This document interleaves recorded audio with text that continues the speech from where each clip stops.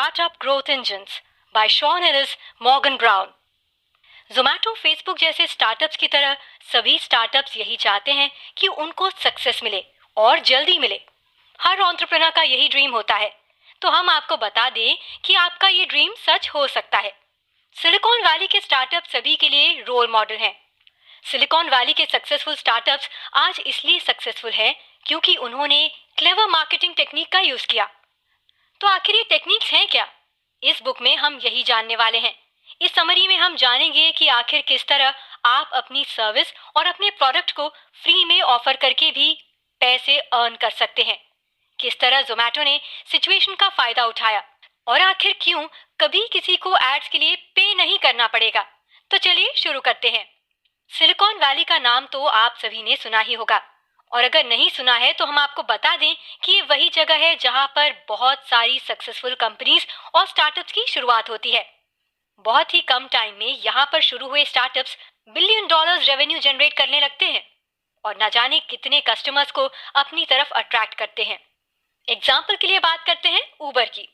2011 में स्टार्ट हुई ये ट्रांसपोर्ट सर्विस 5 साल के अंदर पूरे वर्ल्ड में पॉपुलर हो गई।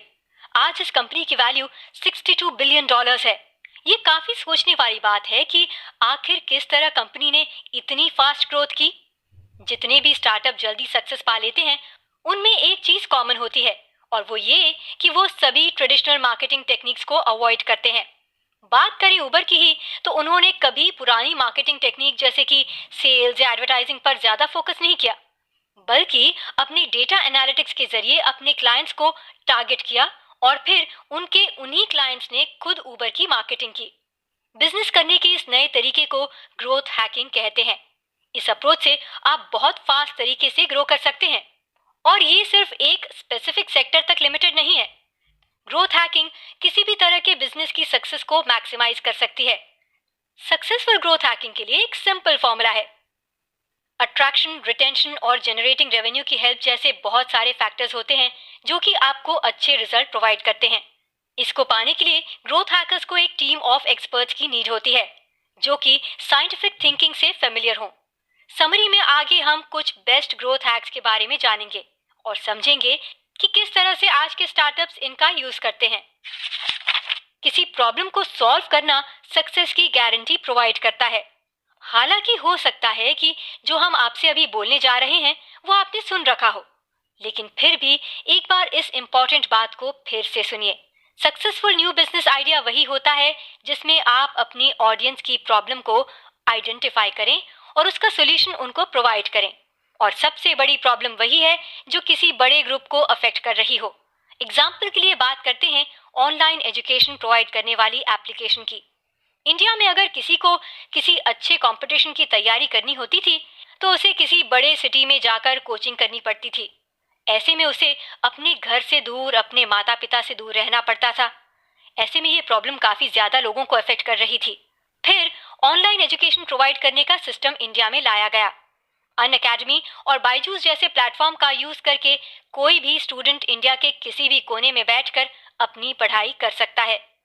उसे बस इंटरनेट और स्मार्टफोन की नीड होगी, और ये दोनों सर्विस भी आजकल हर जगह अवेलेबल है। इस एग्जाम्पल से हमें एक बात तो समझ में आ जानी चाहिए कि प्रॉब्लम्स हमारे आसपास ही हैं। हमें बस उसको आइडेंटिफाई करना आना चाहिए और फिर उसका सोल्यूशन क्या होगा ये पता होना चाहिए। एक और एग्जाम्पल की बात करें तो वो है ऑनलाइन शॉपिंग वेबसाइट्स। पहले आपको शॉपिंग करने के लिए घर से बाहर निकलना पड़ता था, मार्केट जाना पड़ता था, और फिर आपको एक शॉप पर सामान न पसंद आए तो दूसरी शॉप, उसके बाद तीसरी शॉप। लेकिन अब चीजें बदल गई हैं। ऑनलाइन शॉपिंग वेबसाइट्स ने इस प्रॉब्लम को आइडेंटिफाई किया और इसका सोल्यूशन लोगों को प्रोवाइड किया। आज आप घर बैठे बैठे अलग अलग ब्रांड की चीजें एक ही जगह पर चेकआउट कर सकते हैं। इसके अलावा अलग अलग वेबसाइट्स पर आपको अलग अलग डील्स भी मिलती हैं। वैल्यूएबल सर्विस प्रोवाइड करने से आपका आइडिया एक ऐसे आइडिया में चेंज हो सकता है जो कि लोगों की लाइफ और उनके बिहेवियर को बदल कर रख दे। क्या कभी आपने किसी ऐसे प्रोडक्ट या ऐसी सर्विस का यूज किया है जो बाद में आपकी लाइफ का एसेंशियल पार्ट बन गया? नए जमाने के कुछ स्टार्टअप्स जैसे कि फेसबुक, व्हाट्सएप ने कुछ ऐसा ही इम्पैक्ट लोगों पर किया है। आज ये दोनों ही हमारी डेली लाइफ का पार्ट बन चुके हैं। तो आखिर इन्होंने ऐसी कौन सी टेक्निक यूज की जिससे आज इनकी ये पोजीशन है? सबसे पहले तो ये कि फेसबुक और व्हाट्सएप जैसी जितनी भी इनोवेशन है वो लोगों को ऑब्जर्व और उनको समझने के बाद लॉन्च की गई। बिल्कुल इसी तरह ऑनलाइन एजुकेशन एप्लीकेशन की भी शुरुआत हुई। अन अकेडमी जैसी एप्लीकेशन ने जब ये देखा कि लोगों को बाहर जाकर कोचिंग करने में और एक जगह से दूसरी जगह ट्रैवल करने में प्रॉब्लम आ रही है, तो उन्होंने ऑनलाइन एजुकेशन जैसी चीज को लोगों के सामने इंट्रोड्यूस किया। इसी तरह आप भी अपने आसपास किसी जनरल प्रॉब्लम को फाइंड आउट करिए और फिर सोचिए कि किस तरह से आप उसका सोल्यूशन लोगों को प्रोवाइड कर सकते हैं। जोमेटो और स्विगी जैसी ऑनलाइन फूड डिलीवरी एप्लीकेशन ने भी कुछ ऐसा ही किया।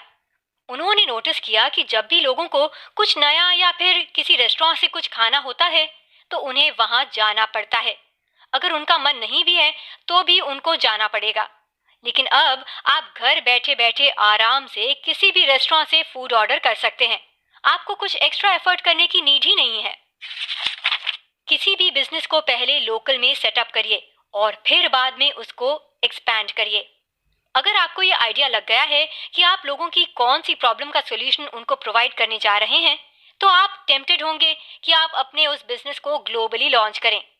आपकी इंफॉर्मेशन के लिए बता दें कि हो सकता है कि आपके ये बिजनेस को ग्लोबली लॉन्च करने का आइडिया बैकफायर कर जाए। अगर आप शुरू में ही बड़े लेवल से स्टार्ट करते हैं तो रिस्क काफी ज्यादा होता है। इसलिए अपनी विजिबिलिटी और मोमेंटम को बनाए रखने के लिए बेटर है कि आप पहले लोकल मार्केट में स्टार्ट करें। बहुत सारी सिलिकॉन वैली के स्टार्टअप्स ने भी स्टार्टिंग में मोमेंटम हासिल करने के लिए लोकल मार्केट से ही स्टार्ट किया था। ट्रांसपोर्टेशन कंपनी उबर ने पहले एक ही सिटी में स्टार्ट किया था। उन्होंने पहले सैन फ्रांसिस्को से शुरू किया। उबर को पता था कि सैन फ्रांसिस्को टेक हब है और वहां पर अवेलेबल टेक कंपनियां उनके इस स्टार्टअप पर नजर जरूर रखेंगी। उबर ने टेक और वेंचर इवेंट्स को स्पॉन्सर करके इस चीज का फायदा उठाया। आप एक स्पेसिफिक ऑडियंस की एक्सपेक्टेशन को सेटिस्फाई करने की कोशिश करिए, क्योंकि फिर बाद में वही ऑडियंस दूसरे लोगों के सामने आपका एडवर्टाइजमेंट करेंगी। अगर लोगों को आपका प्रोडक्ट या आपकी सर्विस पसंद आती है तो फिर वो खुद दूसरों के सामने उसकी तारीफ करते हैं और यूज करने के लिए बोलते हैं। फ्रीमियम बिजनेस मॉडल एक अच्छा तरीका है जिससे आपके कस्टमर्स आपकी सर्विस ट्राई कर सकें, लेकिन इसमें रिस्क भी है। क्या कभी आप किसी मोबाइल एप्लीकेशन को स्क्रॉल करते करते ये सोचने लगते हैं कि क्यों ना इस एप्लीकेशन का फ्री वर्जन ट्राई किया जाए? अगर ऐसा है तो आप अकेले नहीं हैं। बहुत सारी कंपनीज इस टेक्निक को यूज करती हैं कि पहले अपने कस्टमर्स को फ्री सर्विस प्रोवाइड की जाए।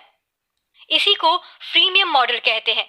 फ्रीमियम मॉडल में कस्टमर को ये चांस रहता है कि वो फ्री सर्विस यूज कर सके और अगर उसे वो सर्विस अच्छी लगती है तो वो पेड मॉडल पर अपग्रेड भी कर सकता है।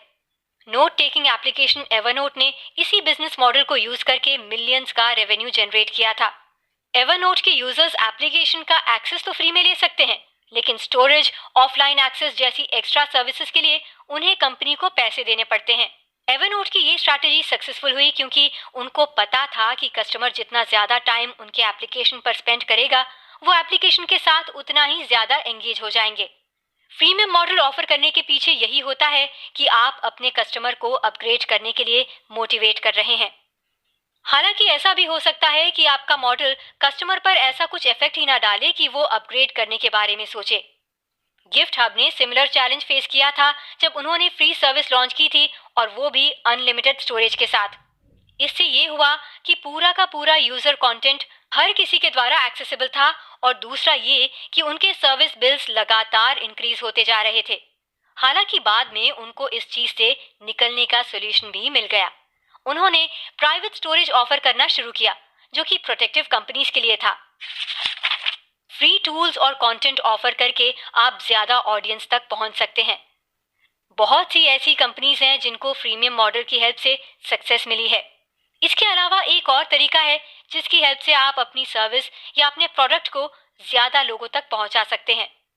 बिजनेस जनरेट करने का एक वे ये भी है कि आप लोगों को फ्री कंटेंट और सर्विस प्रोवाइड करें।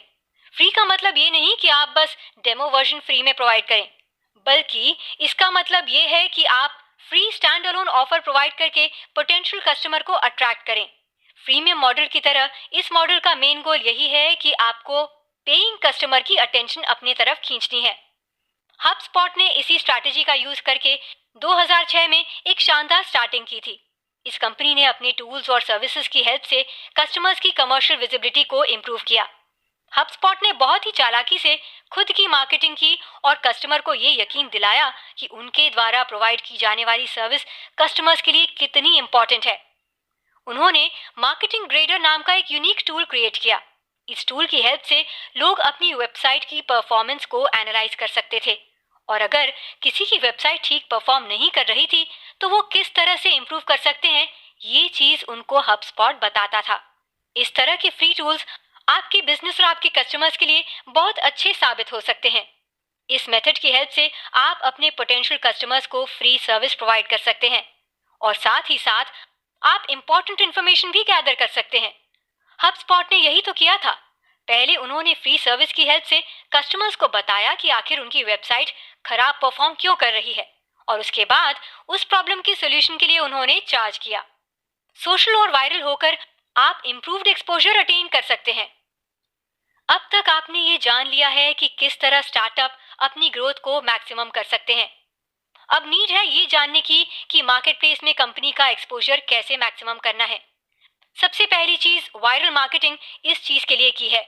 हालांकि कभी कभी इसको कंट्रोल करना मुश्किल हो जाता है। वायरलिटी को मैनेज करने का मतलब है कि आप अपने प्रोडक्ट या अपनी सर्विस के लिए एक ऐसी कंडीशन क्रिएट कर रहे हैं जिससे एक ही रात में आपके प्रोडक्ट की इंफॉर्मेशन एक व्यक्ति से दूसरे व्यक्ति और फिर इसी तरह ग्लोबली ट्रांसफर हो सके। वायरल होने के लिए एक अच्छी बात यह है कि इसकी कॉस्ट 0 है और खराब बात यह है कि ये बिना किसी इंटेंशन के हो जाता है और इसका कोई क्लियर रीजन नहीं होता। एक कंपनी है जिसने वायरल होने के कोड को क्रैक कर लिया है। कंपनी का नाम है अपवर्दी। ये एक मीडिया वेबसाइट है जो कि viral content, emotional, surprising video create करती है जो कि लोग काफी आसानी से शेयर करते हैं। लॉन्च होने के 20वें महीने में ही इस वेबसाइट पर मंथली 88 मिलियन यूजर्स विजिट करते थे। इस वेबसाइट पर अपलोड होने वाले सभी आर्टिकल में वो बात होती है कि वो वायरल हो सके।